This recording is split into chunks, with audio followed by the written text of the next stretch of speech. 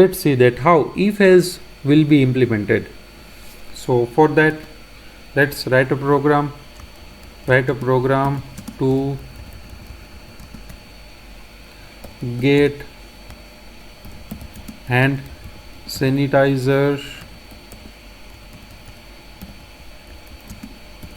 price from user per liter. If price is less than 20, then buy it. Else display message to user that it is costly. So write a program to get the hand sanitizer price from the user per liter. Okay, so here we will ask user that what is the price for 1 liter hand sanitizer. So for that we have to take the variable and we have to use the input function. So price equals to input, and then we will display message enter price of hand sanitizer. Okay, and then we will put the condition. So let's put it over here. So we will learn that how to do programming also. So this will be a good practice. Before writing any program, divide program into sub steps, and then after each sub step write down the statement. So here we will check if price is greater than 0 and okay, if price is greater than 0 and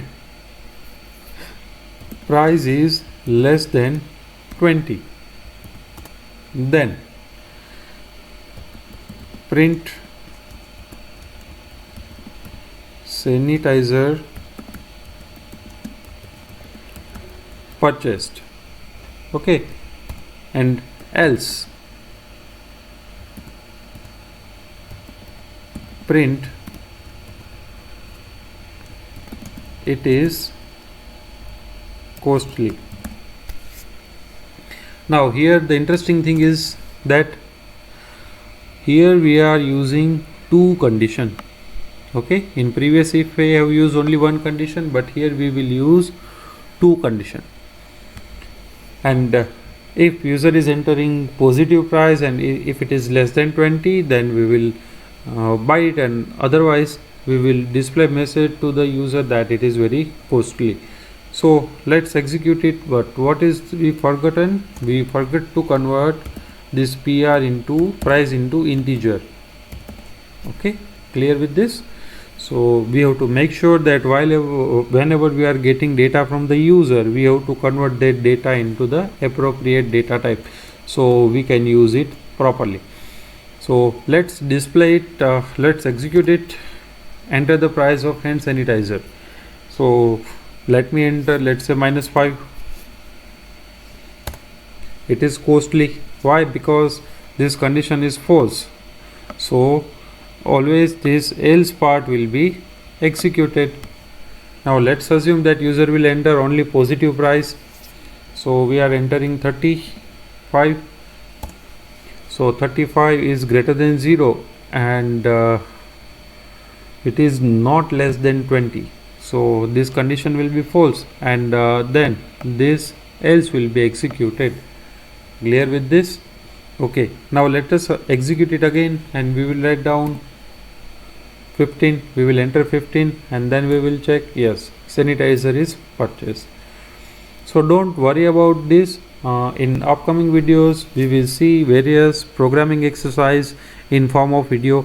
So there we will see that how to check the boundary condition.